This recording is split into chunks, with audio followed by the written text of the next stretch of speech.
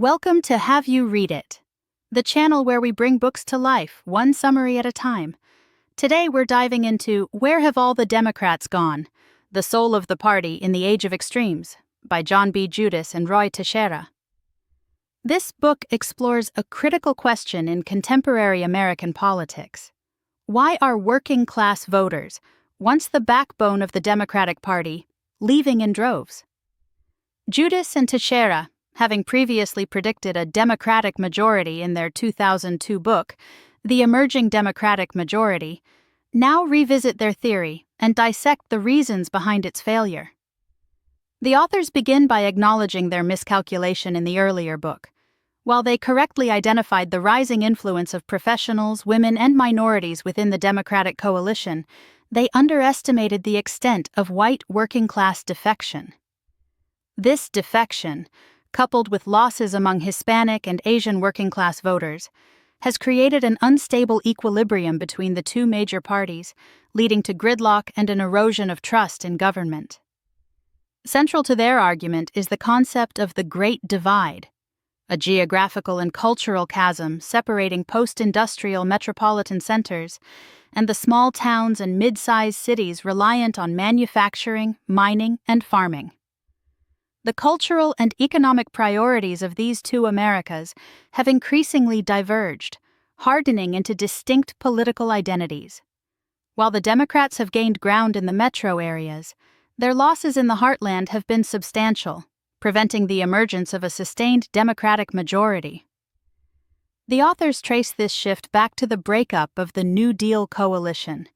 The Democrats' embrace of civil rights in the 1960s, while morally imperative, alienated many white Southerners, fracturing the party's base. The subsequent corporate offensive against labor, beginning in the 1970s, further weakened the Democrats' connection to the working class. The rise of business lobbying and campaign finance transformed the party's governing coalition, giving financial and corporate elites greater influence over economic policy. The emergence of the New Democrats under Bill Clinton represented an attempt to recapture the political center. Clinton's focus on economic growth, deficit reduction, and free trade, coupled with his socially moderate stance, secured him the presidency. However, the authors argue that his policies, particularly NAFTA, ultimately deepened the Great Divide and further alienated working-class voters. The failure of Clinton Care and the subsequent Republican takeover of Congress in 1994 underscored the fragility of Clinton's coalition and the public's growing skepticism of big government. The authors examined the presidencies of Barack Obama and Donald Trump. Obama, initially elected on a message of unity and hope, missed an opportunity to rebuild the Democratic majority by failing to address the financial crisis with sufficient force and by continuing the neoliberal economic policies of his predecessors.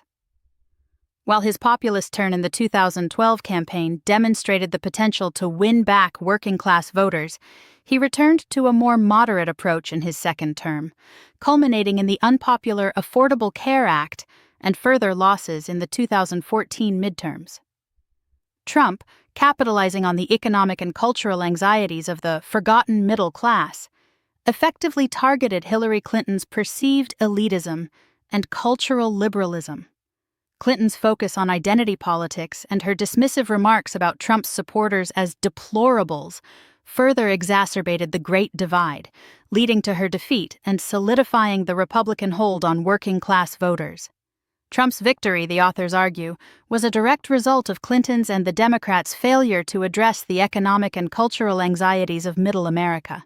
While Trump made some efforts to address economic discontent, particularly through trade policies and border security, his divisive rhetoric and chaotic presidency ultimately widened the Great Divide.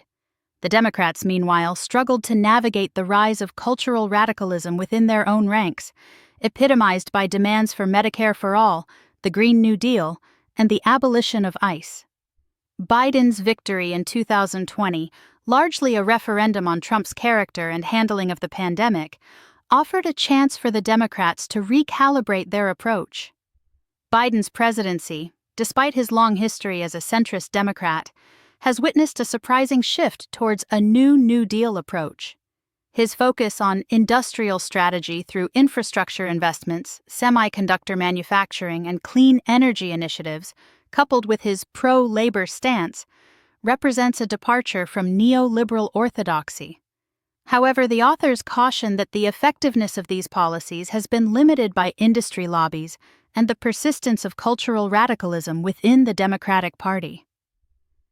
The second part of the book examines the specific cultural issues that have fueled the Great Divide. The authors critique the rise of racial radicalism within the Democratic Party, arguing that the focus on systemic racism and demands for reparations, while addressing legitimate concerns, have alienated many voters, including working-class minorities. They suggest a return to a class-based analysis of racial inequality, advocating for policies that address economic disparities rather than focusing solely on racial identity. On immigration, the authors argue that the Democrats' shift away from the Jordan Commission's recommendations towards open borders and amnesty has hurt the party's standing with working-class voters.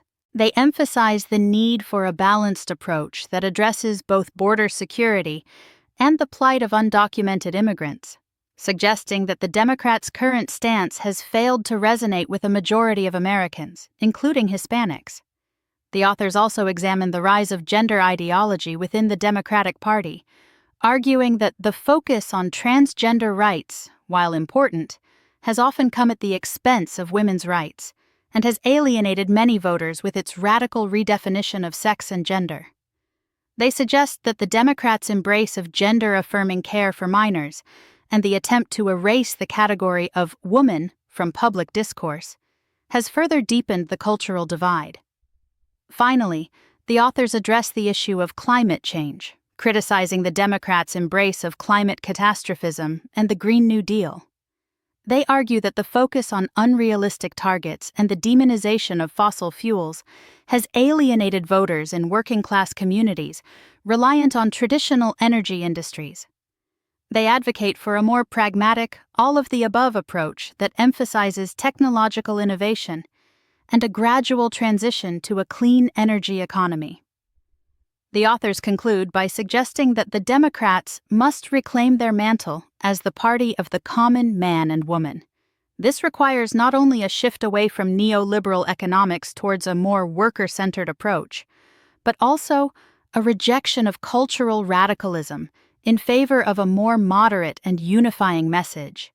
The Democrats' embrace of social liberalism and identity politics, while attracting certain segments of the electorate, has alienated the working class, preventing the formation of a sustained majority. They need to bridge the Great Divide by focusing on economic policies that benefit all Americans, regardless of race, gender, or geography, while simultaneously moderating their stance on cultural issues that divide the country. Main takeaway: the Democratic Party's abandonment of its traditional working-class base, coupled with its embrace of cultural radicalism, has created a deep political divide and prevented the emergence of a sustained majority. To regain its footing, the party must return to its roots as the champion of the common man and woman, focusing on economic liberalism and cultural moderation. Thanks for watching. Make sure to give this video a thumbs up and hit that subscribe button so you never miss our next book dive.